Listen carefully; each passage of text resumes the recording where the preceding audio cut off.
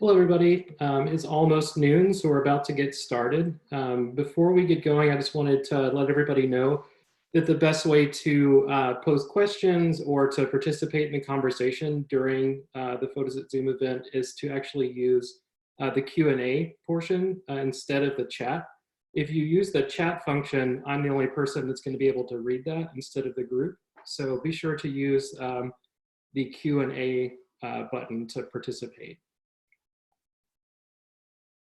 So we were almost at noon. Oh, it hit noon right then. So we'll go ahead and get started now. Welcome to Photos at Zoom. My name is Dylan Yarbrough. I'm a curatorial assistant at the Museum of Contemporary Photography. And today we're going to be doing a Photos at Zoom print viewing over photography as a social practice. The MOCP is the world's premier college art museum that's dedicated to photography. Our institution provokes ideas among students and artists and diverse communities throughout the world with groundbreaking exhibitions and educational programming. Our mission is to cultivate a deeper understanding of the artistic, cultural, and political roles of photography in our world today. We began collecting in the 1980s and have since grown our collection to include over 16,000 photographic objects. Normally, we offer a Photos at Noon event where we hold a public print viewing that allows the general public to view our collection up close and in person. But since we are all social distancing, we wanted to keep our museum guests inspired by bringing our collection right to your home. And I love doing this. It's probably my favorite thing to do at the museum. And sadly, I'm actually graduating in 2 weeks. So this is one of the last print viewings I'll be doing as an official curatorial assistant. I'm going to try to work on a volunteer basis to do a few more talks, but it's coming to a close with my time at the MOCP. So it's very bittersweet, but I'm very happy to be here today and to do another discussion and to talk about some really wonderful artwork. So before we get going, I wanted to just pose a question, and this is a great time to use that Q&A chat function. What is the social power of photography today? It's a complicated question, but I would love to hear some feedback from the group that's participating. Do you feel like photography has power in our world today? And if so, are there any particular things that you can think of or situations that you've found yourself in where you've seen that power of photography?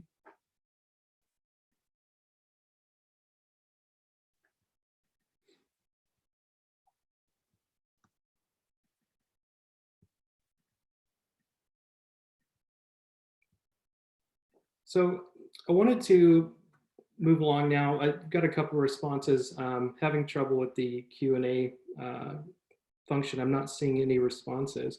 But I've been reflecting about this idea of the power of photography in our world today a lot recently. I think obviously that the world is changing very rapidly. And let's see. Yes, okay, so I'm seeing a response here from Christopher saying that yes, I believe photography is a very powerful tool. I was thinking about this idea recently. I couldn't help but think about how it was ironic that our latest exhibition at the MOCP was in real life. And this exhibition was canceled and taken down from the public right about the same time that everything was shut down due to COVID-19. And it's crazy that this exhibition in real life happens to close down about the same time that our actual real lives started to close down.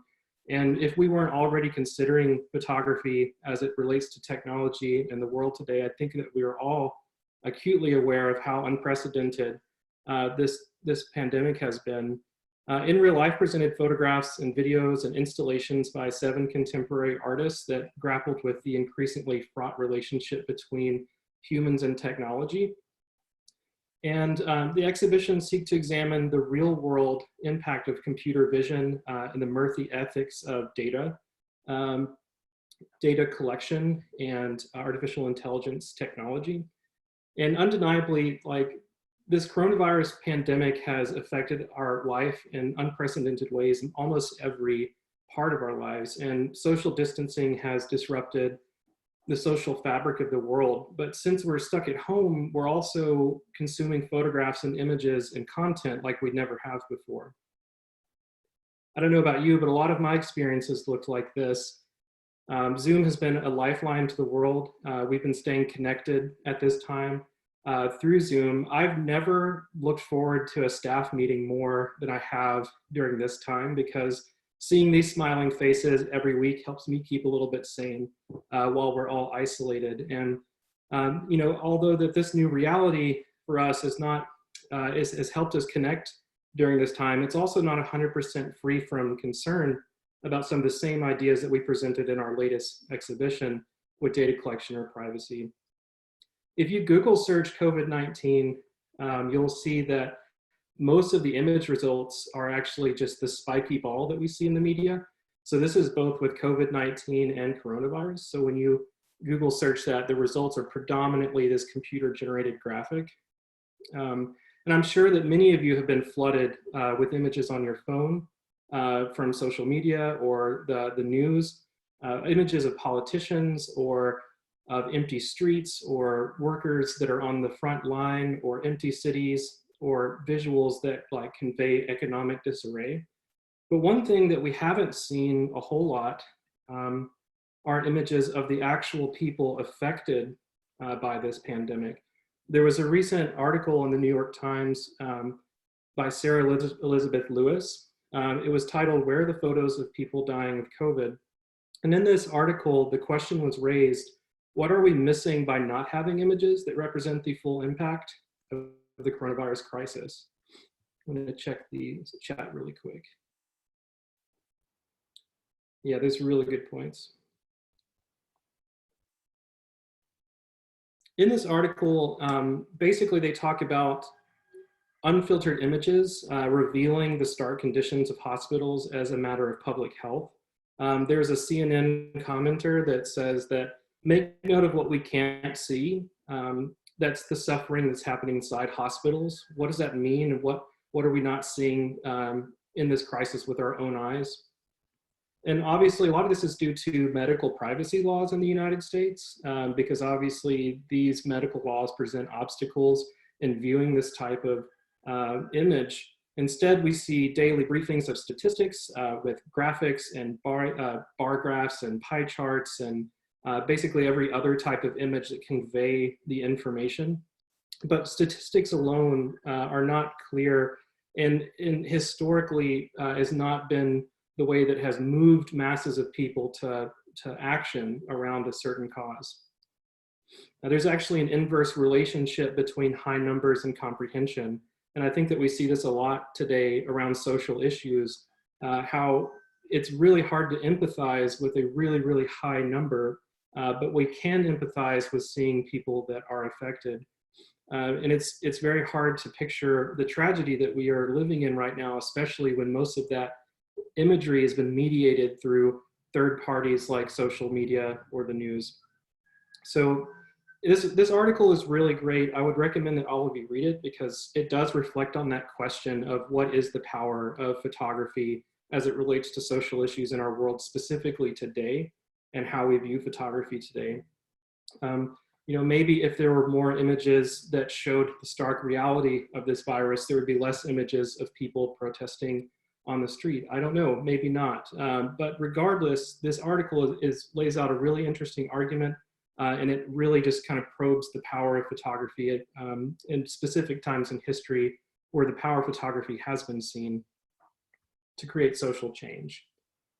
So I just wanted to open up today's discussion and print viewing, thinking about these ideas because the world is constantly changing, and as the world changes, photographers and artists have to adapt their practice and adapt the way that they create work to reflect this new world, right? So now we're going to go through a survey of the collection, our normal print viewing style, except for what I'm going to do is show you the work and tell you what I know about the work. Usually in our print viewings, what we do is it's more of a discussion-based platform where we try to give the audience as much time to participate and talk as they can. But in the Zoom style, it's a little bit more lecture-based. So I'm going to go through a large range of work, and then at the end, we're going to open up to questions and answers. I'm getting a note here from Judy Natal. What about the responsibility of artists to address our time? It's a really good question, Judy. I don't know if I have a definitive answer. I definitely have my own opinions and questions, but I think that the responsibility is on a spectrum of response. I think that by some people being on the front lines, we're able to see very clearly some things that people can't see in their own lives, but also responding in a personal, more nuanced way is also powerful. Seeing images of how people are responding to this time on their own and relating to their family or relating to their neighbors. So I think there's a big spectrum of response, and that varies with responsibility. So to get started with the survey of the collection, I want to start with one of our most historical pieces that it relates to this idea. And it goes back to the very beginning of social documentary photography in its origins in the 19th century. So this image is by Lewis Hine. It's Ellis Island from 1905. And when you look at social documentary photography, mostly we see a few, like a handful of notable photographers like Henry Mayhew, Jacob Riis, and Lewis Hine. And they began to see the camera as an instrument of accusation against social injustice. Their work expanded the genre of documentary photography by recording what the world looked like, but with a social or environmental focus. They made photographs to draw the public's attention to ongoing social issues, showing the life of underprivileged or disadvantaged people. Posthumously renowned for his groundbreaking social documentary work, Lewis Hine spent the majority of his life photographing American social issues, mostly about immigration, child labor, and the plight of the human workforce during industrial modernization. His photographs of immigrants at Ellis Island treated the new, often degraded citizens with respect, photographing his subjects in more formal poses instead of a huddled mass that was typically seen in the media. In the words of photographer Lou Stepner, Hine portrayed these people for us and for history as solemn and dignified carriers of sophisticated, rich, and varied cultures from the old world.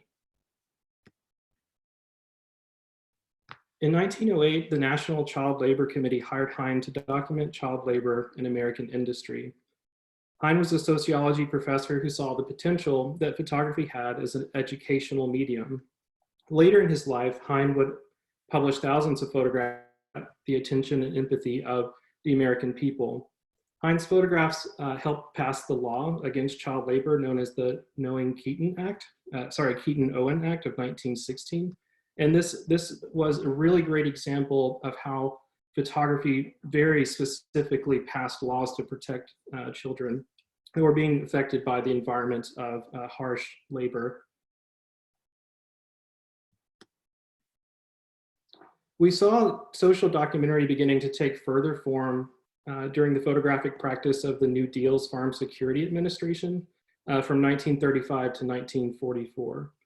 Roy Stryker, the head of the information division of the FSA, hired photographers to grow support for the federal aid initiatives by publicizing rural and small town strife during the Great Depression in the United States. The FSA hired photographers and writers to document the situation of poor farmers whose economic existence was threatened, and created a new style which photographic documentation of social problems.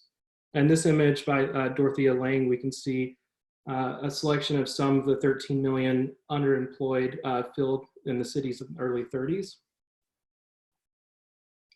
Many of the well-known Depression-era photographers were hired by the FSA, and it included Dorothea Lange, Walker Evans, Gordon Parks, Marion Post, and several other people that are really amazing. One of the goals of the SFA was to introduce Americans to Americans during this time. Lange is best known for her work for the Farm Security Administration during the Great Depression, but she also made very beautiful images all throughout her life. Her portfolio is really incredible to look through at the at the MOCP, and I would highly recommend, if you haven't had the chance to do so, to look at Dorothea's work at the MOCP, because we actually have a huge collection of her work. Lang approached documentary photography as a deeply personal practice. She believed in photography's ability to reveal social conditions, educate the public, and prompt action. And Lang thought of herself as an observer, directly recording reality, although she also sought to portray moments with emotional resonance and to transform specific situations into symbolic images. One of her most notable images in our collection is the migrant mother during the Dust Bowl and the Great Depression, but because that print is often seen in other collections, we left it out of this presentation. Instead, I wanted to show you this image by Marion Post. This is from Alabama in March of 1939. Marion Post was born in New Jersey in 1910. Her parents split up when she was sent to boarding school, and she spent most of her time at home with her mother in Greenwich Village when she was not at school. She trained as a teacher and went to work in a small town in Massachusetts, where she saw the reality of the Great Depression and the problems of the poor. She went back to teaching, but also continued her photography and became involved in an anti-fascist movement. At the New York Photo League, she met Ralph Steiner and Paul Strand, who saw her work and encouraged her to continue her practice. She was working at the Philadelphia Evening Bulletin, and when they kept sending her back over and over again to do what they quoted ladies' stories, Ralph Steiner took her portfolio to Roy Stryker, the head of the FSA, and wrote a letter of recommendation for her. Stryker was impressed by her photography and immediately hired her. I chose this image, although it doesn't show the same approach that Dorothea Lange did towards individual people. I thought it was really powerful to see this space and to actually see this text that says there is a happy land not so far away during a time that we're considering an economic collapse. We also then started to see this idea of photography and relating to social issues expand during the civil rights movement. This image is March on Washington by Danny Lyon in 1963. Danny Lyon's early documentary career was established and defined by his gritty photographer as participant approach. His photojournalistic style marked by its staunch pursuit of the unembellished moment. Lyon is known for wanting to reject the standard detachment of objectivity in favor of a more complicated subjective involvement. His first book, The Movement, 1964, involved his experiences as the staff photographer for the Student Nonviolent Committee, Coordinating Committee, which is the SNCC during the Civil Rights Movement. I also wanted to show this image. This image is many in the government believe an organized, many in the movement believe an organized effort is underway to depopulate Black areas of the South. It's a little bit hard to read on this slide, so I made notes to read it out loud to you. If you read the text, it says maids make from $35 to $65 a week, jobs in New York, Connecticut, New Jersey, Boston, free room and board with TV in your room, 2 days off a week, free uniforms, vacation pay, save all you make, jobs guaranteed, pay guaranteed, don't delay, write to King's Employment Agency. And it's really scary to read this text and then to consider how manipulative it actually was, because basically what they were trying to do is remove African-American people from these neighborhoods by enticing them with this low-hanging fruit of a job opportunity, offering stability in order to relocate them. And this was happening a lot, and Danny Lyon was able to capture this image to show some of that. He also was present during the funeral procession route of the girls that were murdered in the 16th Street Baptist Church bombing. If you know this history, it's a very dark part of our American history. In 1963 in Birmingham, Alabama, the Ku Klux Klan dynamited the 16th Street Baptist Church. We have several artists and exhibitions that have responded to this day, most notably with Dogwood Bay's project that was recently displayed. But we wanted to show this image. This image is difficult to look at, but it's nowhere nearly as visceral as some of the images that we saw during the civil rights movement. And while doing research about this work, I happened to find an education guide that included this quote by Dr. Martin Luther King Jr. that says that the world seldom believes the horror stories of history until they are documented. I've also included Darryl Cowherd, very familiar to Chicago. This is a portrait made in 1967. Darryl Cowherd played an essential role in Chicago's Black arts movement during the 1960s and 1970s.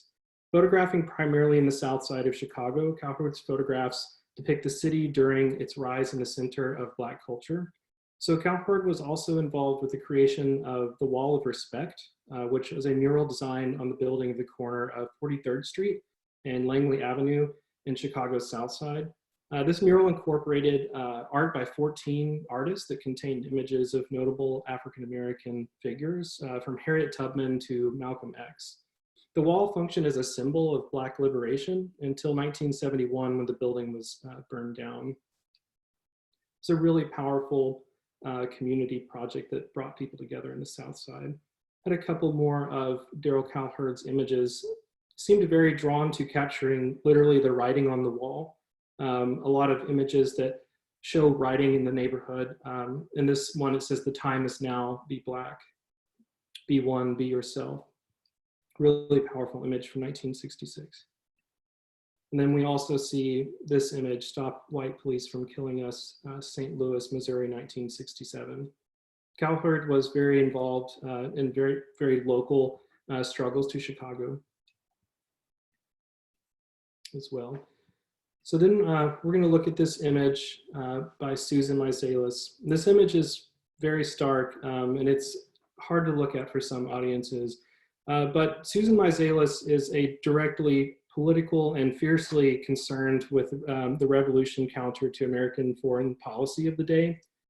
Susan Meiselas' documentation of the atrocities and tragedies of daily life in the midst of political turbulence belong to a branch of concerned photojournalism. The woman portrayed fleeing with a naked baby in tow and fleeing the bomb to seek refuge outside of Esteli is tragic, but it's again similar to Danny Lyon, doesn't go as far as some of the images did to reveal the violence or torture that was happening at this time. Meiselas operates under the photojournalistic principle of photographer as public conscience and the photograph as evidence of realities that most people would prefer not to look to. Her images are very powerful.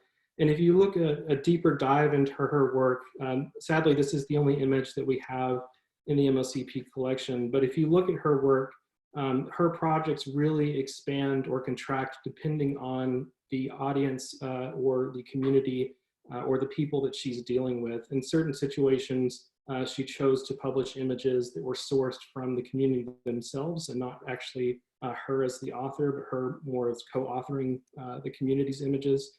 But she also has projects that are very fiercely photojournalistic. I also wanted to include these images by Kurt Weston.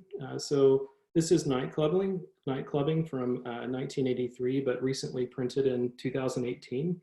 So Kurt Weston's snapshots of the 1980s, underground culture explore sexuality, community, pride, power, and resistance to the socio-political systems that marginalized communities fall victim to. These photographs are an archive of the generation lost to the HIV/AIDS epidemic and shed light on the individuals who paved the way so that other queer people could live authentically. Kurt Weston is a legally blind photographer who lost his vision due to AIDS. And when he was close to death, he actually received an antiviral medicine that saved his life.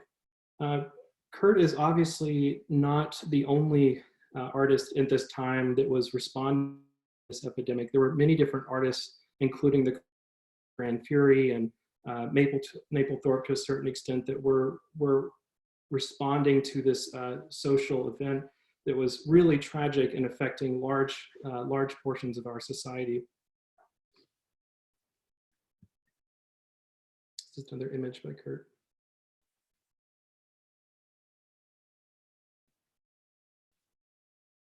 I also wanted to share this image, so Don't Die for Love. This is Barbara Kruger. This was made in 1992. Barbara Kruger's large, bold artworks assimilate information from the mass media, and they usually critique gender roles and power structures.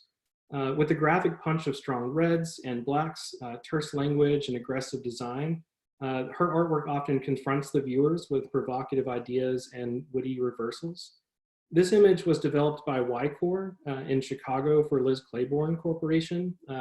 Women's Work was the title of the project, and it was a community-based arts program that designed artwork that would draw the attention to issues or the concerns of women and their families, with the goals of raising awareness about domestic violence and helping communities to respond to the needs of its victims. Women's Work featured powerful, instructive images by artists like Barbara Kruger, but also Susan Meiselas, Carrie Mae Weems, and Margaret Crane. Don't Die for Love was one of a number of pieces that Kruger created for the project, and they were displayed on over 200 billboards and in transit shelters across San Francisco, Oakland, Miami, and Boston. This project means a lot to me personally.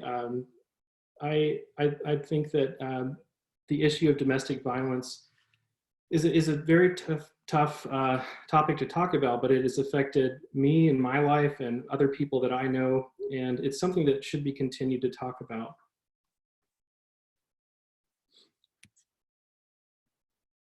So the next image I wanted to share takes quite a different approach than what we've seen in a lot of these images. We've seen some photojournalistic images. We've seen some images that exist in the art world or was made to be seen in a gallery, museum, or educational purpose. And we've also seen some of the original straight documentary that began some of these conversations. This approach by Alfredo Yar is very different and very interesting and raises a lot of questions that I think are also important to think about. So Alfredo Yar often makes work that responds to information that is very difficult to process.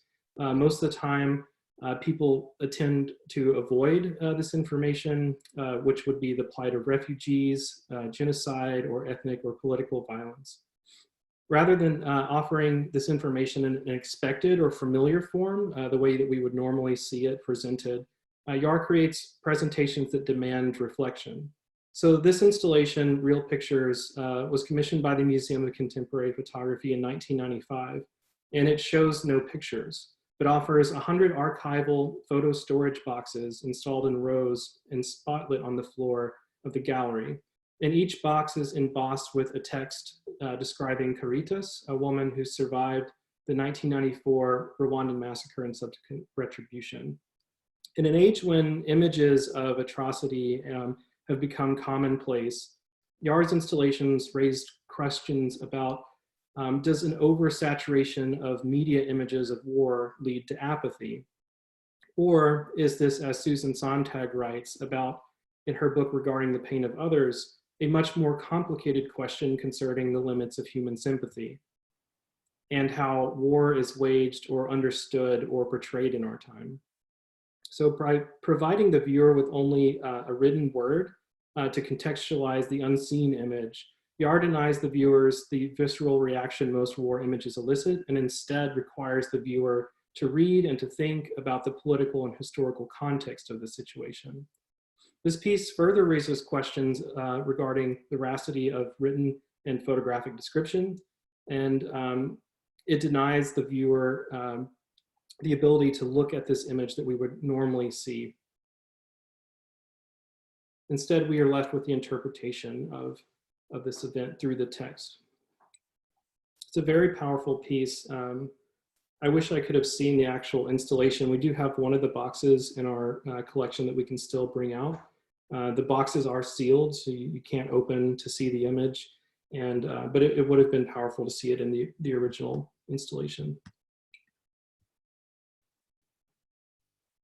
Reading that chat here, I think we are dealing with these questions, all the information and images of suffering in hospitals. I think people are turning out and can't absorb.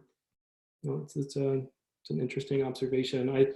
I think that many of us fall on different sides of this conversation. There's many different approaches, and it's a very difficult question, especially now. So the next image that I want to show is Block Party by Carlos Javier Ortiz. So in this work, illustrating socioeconomic patterns that pave the way for cycles of poverty and violence, Ortiz, in his project All We Got from 2014, documents the youth and families in Chicago. This project shows multiple perspectives over very many years. In 2018, there were 2,355 shooting incidents and over 530 gun-related homicides in Chicago. Ortiz focuses on those affected by gun violence, casting light on the larger forces fostering reoccurring tragedies in our city. Moving beyond routine media coverage of the bloodshed, Ortiz's images illustrates both a street culture that glorifies aggressive gang activity and the overwhelmingly large toll of the losses, both individually and collectively within the families and the neighborhoods. Extremely powerful series.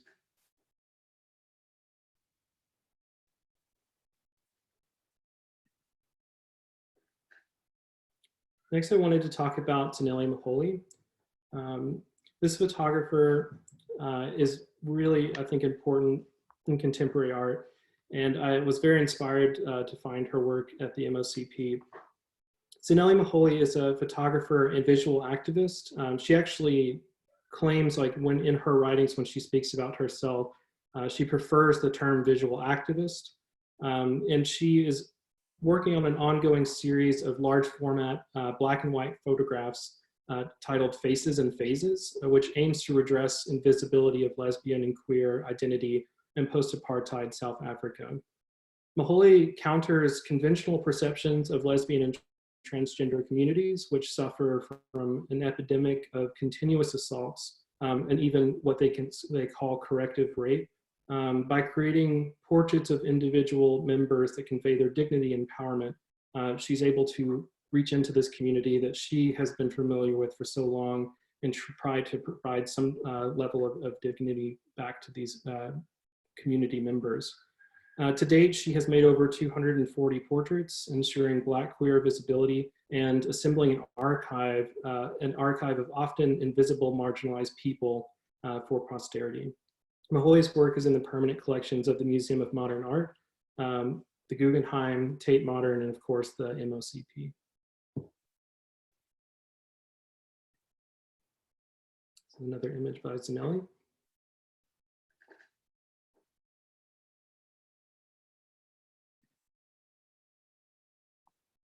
Next is David Shalio, and this is a photograph from his isolated building study.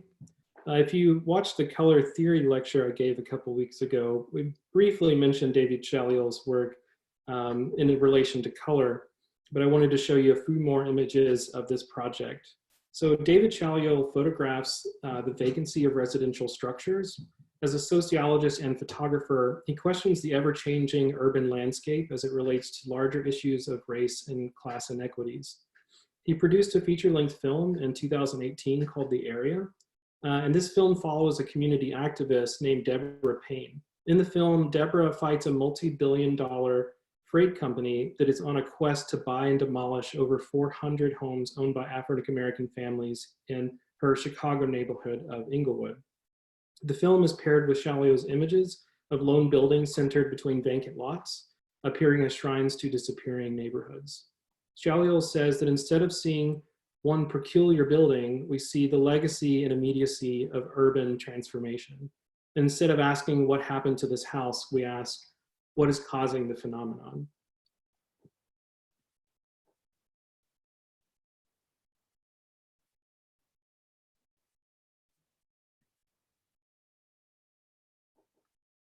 This is the last image here.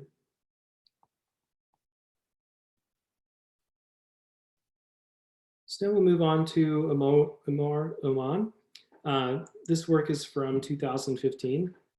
As a political refugee, Omar Iman uses irony and absurdism to address the violent events taking place in Syria and to also subvert inaccurate representations of Syrian refugees. For his photographic series Live, Love, Refugee 2015, he collaborated with displaced people living in the Lebanese refugee camps to reenact their heartrending stories and recreate their dreams, as well as their nightmares, their love and their terror, and their escape. The resulting staged photographs are surreal and reveal both remarkable resilience and the darkness of trauma. Omar Iman was part of our recent exhibition, Stateless, Views of Global Migration. We're gonna look at a couple of these images now. So these basically are where Omar are working with the subject to recreate both their dreams and visions of the future. And they are very surreal in some cases.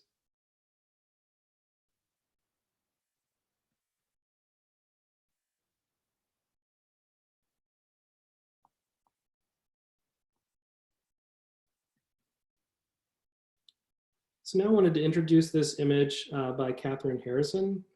Catherine works deals with the complexities of addiction and disease and mental illness and how those forces have shaped the lives of her family members.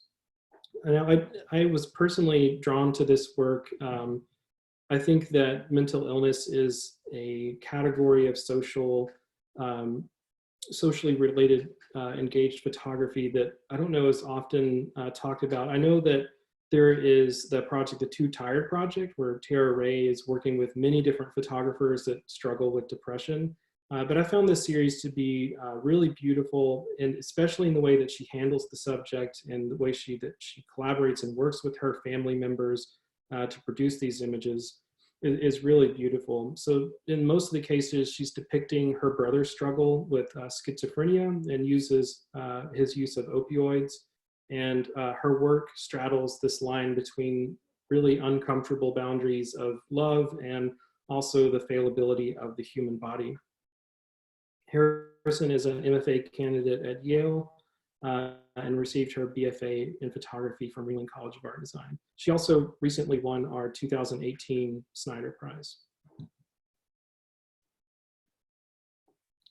So then to conclude the images, the survey of images here, I was going to land with this very recent work from 2019 by Stephen Foster. Stephen Foster was introduced to us recently through the Snyder Prize. He actually won our Snyder Prize in 2019 and had both images, photographs, and video.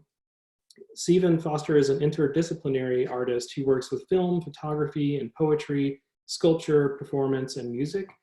His ongoing series 8 considers racial discrimination within the criminal justice systems in the United States and the ways that prisons exist as one of many spaces where Black lives are dehumanized and erased for others to gain profit and power. Additionally, in his short films, they slow down moments and gestures into poetic dream spaces that reconstruct larger racial stereotypes. Foster completed his MFA in Rhode Island School of Design in 2019. So that concludes the image portion of this. And so I just want to make a brief announcement and we'll get to the Q&A portion. I'm really interested to hear your responses of some of these works and some of your opinions on their approaches. I know that many people have widely differing opinions and I'd love to get into that conversation.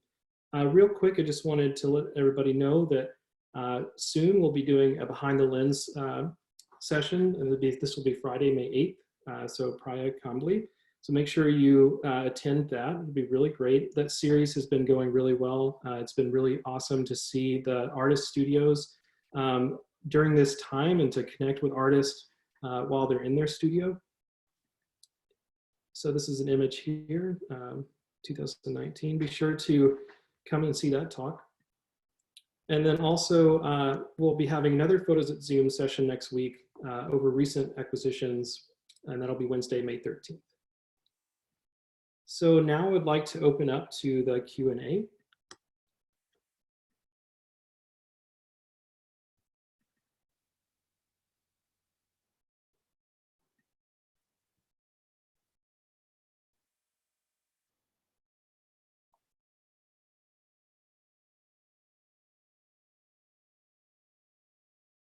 So just reading earlier, we have a comment from Hinda. And the comment was, we're seeing all of these desolate photos of our great major cities. As we know, a lot of these people don't process a lot of words like the governor's dense COVID-19 updates. And a lot of people are in denial about the dangers and impacts of the virus, which all of us in great danger. Yet I think the average person absorbs the photos. Yeah, I just wanted to respond to that a little bit. You know, I can only respond in my own personal way, but I have family members still, and an extension of my family, friends that I see on Facebook that still don't quite believe that any of this is real. So it's really difficult to talk sometimes, and even use facts and statistics don't seem to reach some of these people. And it's been a very difficult conversation to have, but I do think that in some ways, photography, and at least the image, for good or for worse, has been impacting this whole scenario as it unfolds. Do we have any other questions about the artwork that we looked today?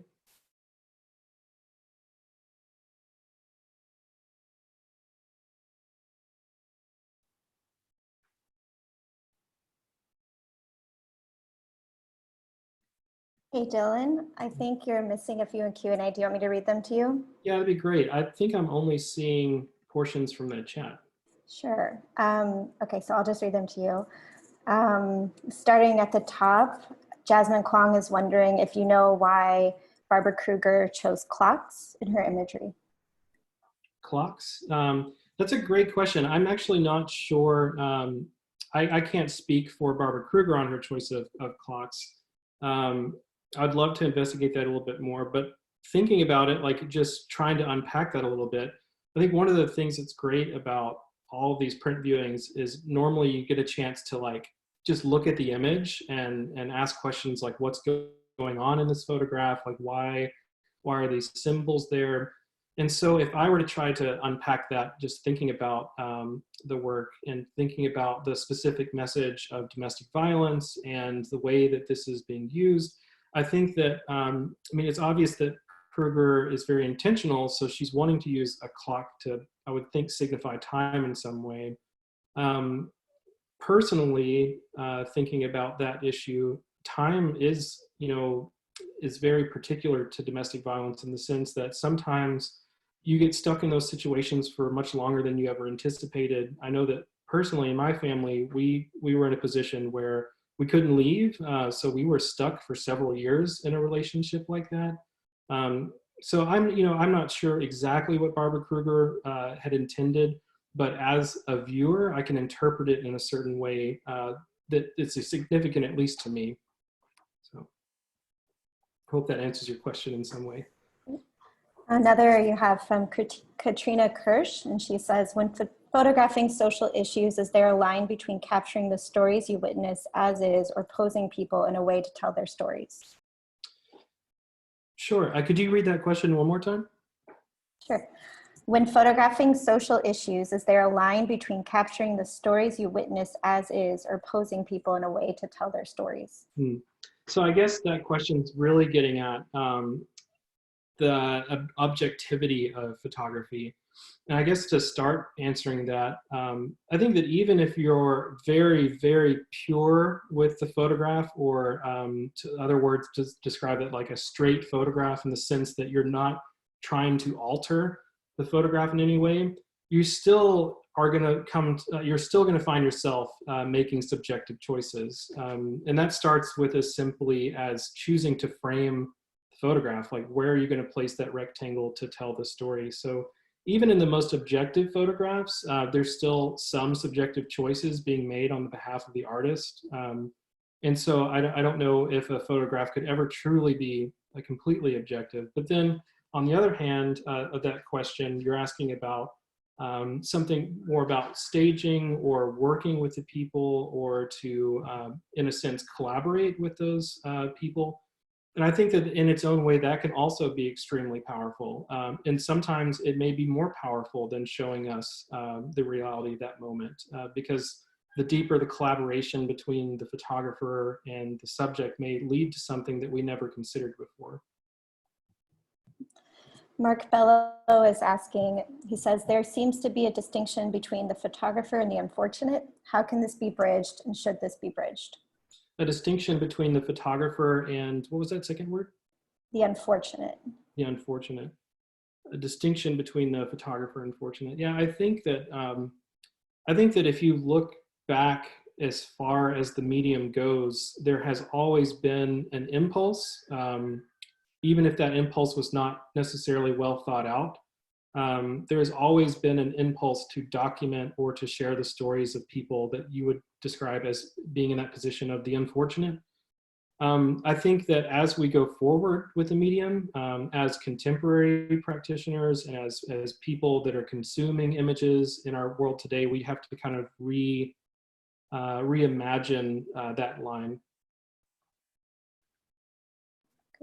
We're getting a lot of them. I'm sorry you can't see them. We're adjusting to this new webinar format.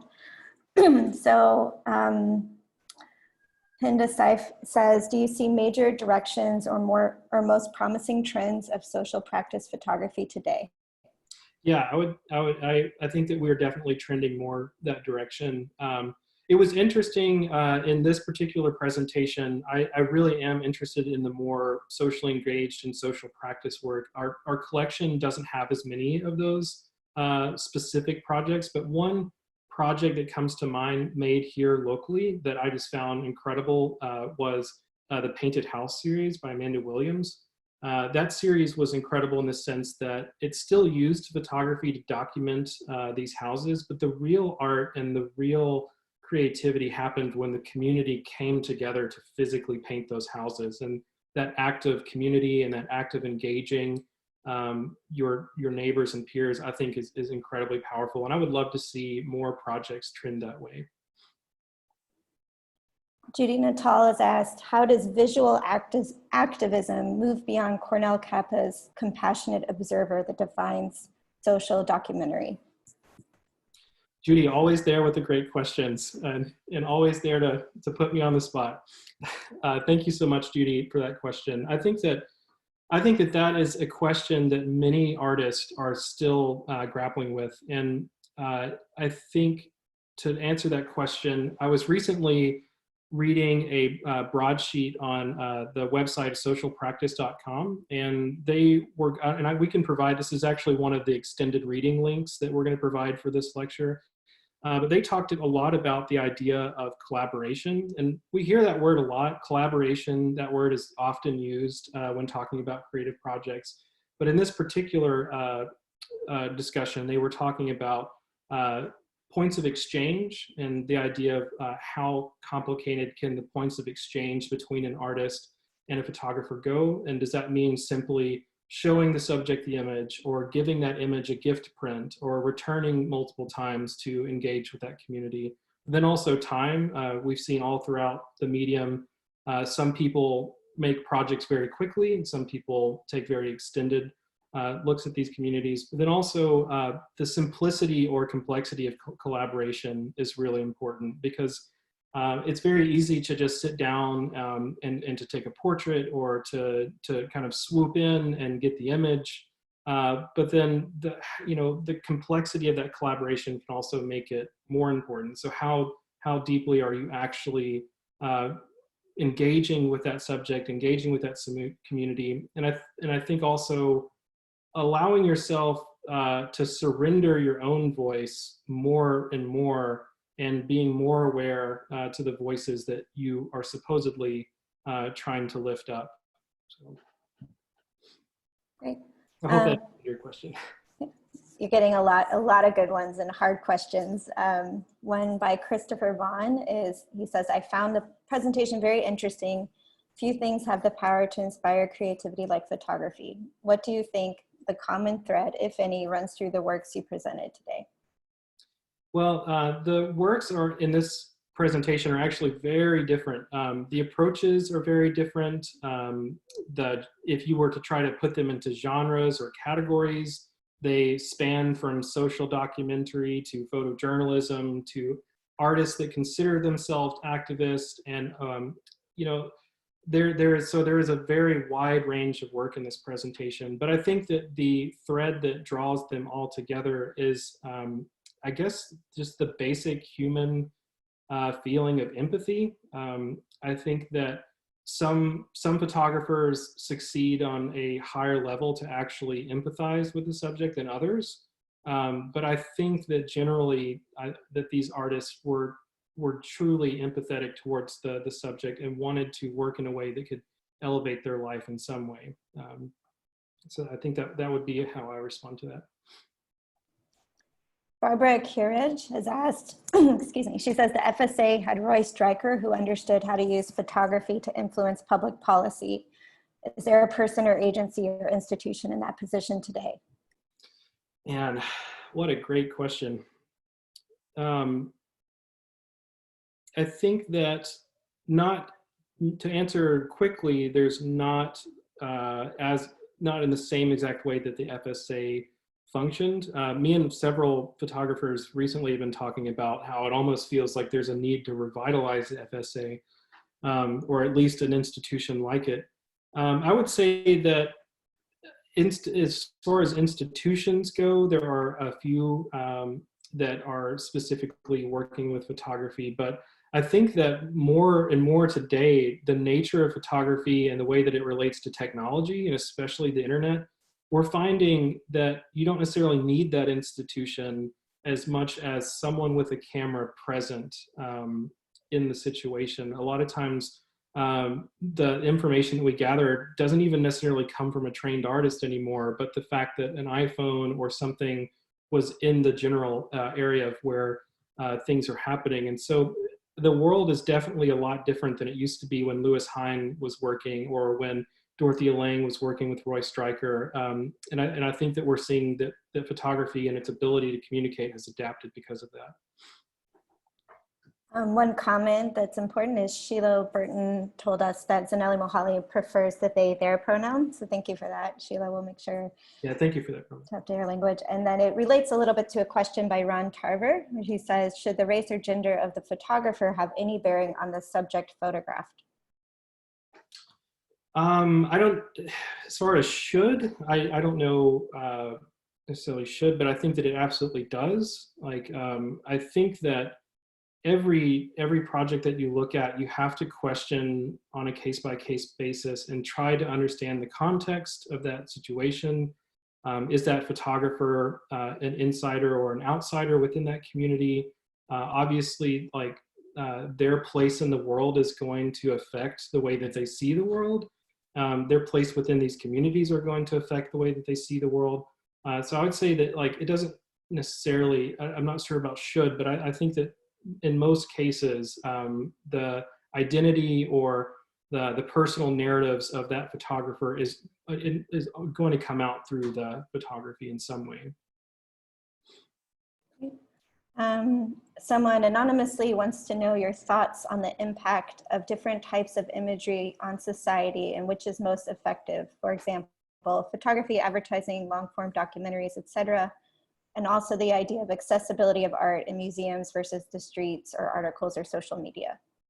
Yeah, it's a great question. I think accessibility is really a big question, and I can start with that one. I know that that's going to vary between the institutions that you're working with. So in this case, like the MOCP, we have a collection of images that one of our biggest missions is to make it as accessible as possible. Which is why we don't charge admission fees. We offer free tours and print viewings and free events like this, photos at Zoom. And I think that accessibility is obviously something to think about, because not everyone has a subscription to New York Times or could afford that, or not everyone can afford to enter a museum. Not everyone is on the same playing field when it in the terms of receiving imagery or receiving content. So I think that the institution does matter. And sorry, Kristen, what was the second part of that question? I believe about, sorry, let me go back to it. About, I think, the difference of where you find that information in social media or in a newspaper, that type of. Yeah, I mean, well, one of the things to think about is what accompanies the photograph when it's seen, you know, and I think that if you were to remove the text that would be seen with a photojournalist piece, you know, you're going to have a way different context. So if you're seeing that in Time magazine versus seeing it on a gallery wall, that's going to be way different context of viewing the image. And as far as which is one is more powerful, it's hard to say because I think that a lot of us experience images in a very personal way. I've had images that I've seen on social media, you know, impact me. I broke down and cried over breakfast one morning, you know, because of an article that I saw. But I've also been impacted very heavily by museums and seeing art in person in museums. And I think it comes down to the individual experience. But within that individual experience, you're right, the accessibility to some of this content is going to be different for other certain people. So I think that we all kind of draw our inspiration wherever we can get it. And I think that we should all be more mindful of opening up accessibility within institutions. You have two questions that are similar, one from Hillary Johnson and one from John Boris, that are both asking about the trust of photojournalism right now, as it's easy to paint the photojournalism as maybe being deceptive or untrue. Can you talk about how photographers can address the skepticism? Yeah, you know, these are all, man, these such great questions. And again, like these are, I can only answer these in a way where it's in my own personal relationship with photography.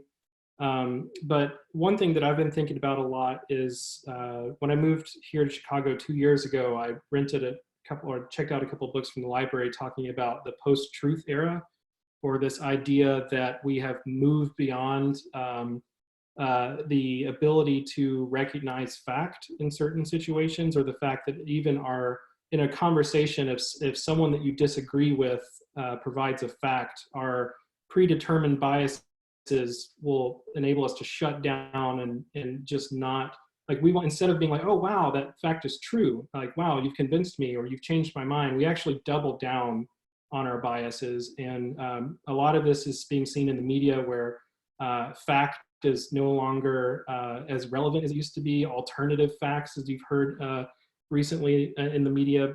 So I think that, like, in relation to photography, this question is always changing. And honestly, my opinion on it is changing, it seems, because of the state of the world right now. I know that there is a lot of skepticism, but I think that basically, you know, requires us to be more diligent in our civic duty. I think that, you know, I had a conversation recently with a family member, and they were basically saying that, oh, I don't want to go home and watch the news and sift through articles to find the truth. And my response was, well, maybe then, you know, you shouldn't participate as much if you're not willing to do your civic duty to sift through the mess and to try to seek out as much factual information as you can on your own. And as that relates to photography, I don't think that a photo can be ever purely truth, but it can help us find more truth in the things that we care about. So I think that's the best I can do to answer that question. We have one more, and it looks like you're almost out of time, and this is a good one. By Pablo, he says, if facts don't change people's mind, is presenting them with more facts in the form of images helpful? I'm curious about the idea of sympathy fatigue, or people even pushing back and falling further into denial or conspiracy theories. Right. Well, this is talked a lot by writers like Susan Sontag, and you know, it's an ever pressing question of if we're overwhelmed by images, if we see too many images, does that then take away our ability to empathize with real life? You know, it's a tough question, and I think that for one thing, it's hard to, like, I can't objectively tell you one way or another. I think that we can only persist in asking questions and being very vigilant about, like, on a case-by-case basis, as these images come up into our culture, be very critical, but also to be, you know, open enough to really go through and make our decisions. Okay, and you just got one more from Michael Price. It says, in connection to distrust, how can a biased photographer reach out across the divide? Wow, biased photographer reaching across the divide. I think that we are increasingly seeing a lot of very radical views within almost everything like that we participate in our culture. We've seen, especially in politics, groups become more and more radical in beliefs.